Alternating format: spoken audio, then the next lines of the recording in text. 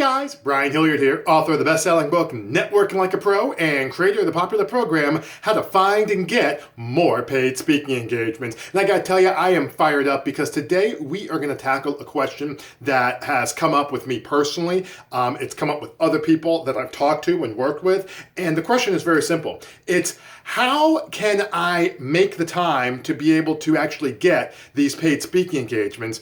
Keeping in mind that I have another business that I'm already doing. I'm either doing coaching or consulting or, maybe I'm a lawyer or an accountant or something like that. And the question is, where can you find the time to be able to do this? And that was a big stumbling block for me. I got to be honest with you. When I first got started, I did a lot of speaking and I was doing most of it for free, to be honest with you. And that's fine. Totally fine. You can turn that into clients as well. But I was doing most of it for free. Then I started doing some coaching. Then I kind of, let that speaking kind of lapse a little bit because my coaching was picking up. And at the time, I wasn't really sure when I was ready to transition into more paid speaking engagements, I wasn't really sure what to do. I wasn't sure where to start. Wasn't sure, is there a list of people I should call? How exactly does that whole thing work? And this whole idea of integrating, your speaking into, let's just say for sake of discussion, your coaching or consulting business is a huge, huge point. So let's talk about that real quick. I'll tell you what I do, okay? I actually do three things actually, that have really, really, really made an impact. All right. First thing I do is I made a commitment, and I actually put this down. I'm looking at it right now. I made a commitment to get X number of speaking engagements during the course of either a quarter or a month. Now for me, I'm actually doing 6-week periods. It's a whole nother discussion. It's something that I picked up a little while back. For me, I tried to do kind of these goals, like monthly goals. It was too stressful for me, but 6 weeks I felt was a good time because a quarter for me, for goals, felt like a little too long. I like to have a little bit of urgency. So anyway, I settled down on 6 weeks. All right. So I have a goal for the number of speaking engagements I want to have during that 6 weeks. Book. Not necessarily have to be doing, right? But book. All right. So that's the first thing that I did. That really got me focused. It doesn't have to be this huge number. 3, 5, 2, 1. It doesn't have to be this huge number.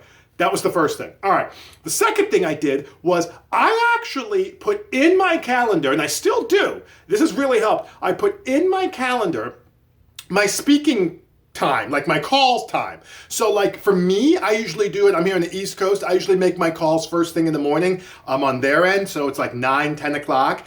I like to be able to touch base with people in the local time zone around 9, 10, maybe 11 o'clock. So for me, if I'm making calls on the East Coast, I block it out, 9 to 10 o'clock. If I'm making calls on the East Coast and Central Time, 9 to 11. If I go over to the coast, 9 to 12, right? Because they're 3 hours behind me.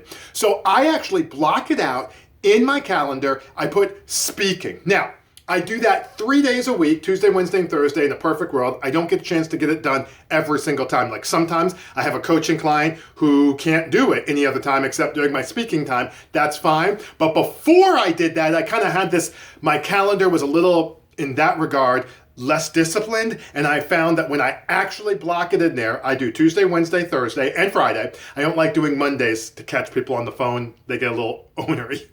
That's fine. Anyway, Tuesday, Wednesday, Thursdays, and Fridays on the phone, I block that out. I get at least 2 of those days nailed down. Sometimes 1, sometimes 3, very rarely all 4, but I get that nailed down. That gives me some structure. That's the second thing. All right, and then the third thing I do is, and this I just started doing. All right, so when you're calling folks, what happens is they ask you, they say, great, blah, blah, blah, tell you what happens, and then, hey, listen, submit a topic, go to our website, send me an email, do this, that, or the other. Okay, I've just made it now a priority, similar to the scheduling, on Friday mornings. Now, unfortunately, this last Friday, I did not do it. But on Friday mornings, I just kind of batch process all of my speaking stuff, all the submit topics for speaking, and bang, bang, bang, I just knock it right out. All right. And what happens is when it comes to, making time for my speaking business, I had to put it in my schedule. I had to make a goal, and I had to make it a priority kind of to wrap up the week to be able to knock that stuff out, because otherwise it slides. Otherwise, coaching clients come up. Otherwise, I go to the gym. Otherwise, I walk the dog. Otherwise, all kinds of stuff happens that's not necessarily in line with what I need to do from a speaking standpoint. And a lot of people think, though, if you're going to do speaking, you got to put hours and hours and hours of time into it. And actually, you don't. I probably spend, on a weekly basis, doing speaking stuff, maybe 10 hours a week at the most. I mean, I could think about that, but it's not like 50, it's not 20. You know what I mean? So that's what you want to be able to do. Make yourself a goal. Put it in your calendar in terms of the time you're going to be speaking, and then set a routine. Set a routine for me on Friday mornings. First thing, I'm going to clear, batch process all of my speaking stuff where I need to submit a topic, and bam, I am good to go. So, hopefully that makes sense. Hopefully that's something that you can see yourself doing. But in the meantime, my name is Brian Hilliard, saying so long, take care, and thanks so much for your time.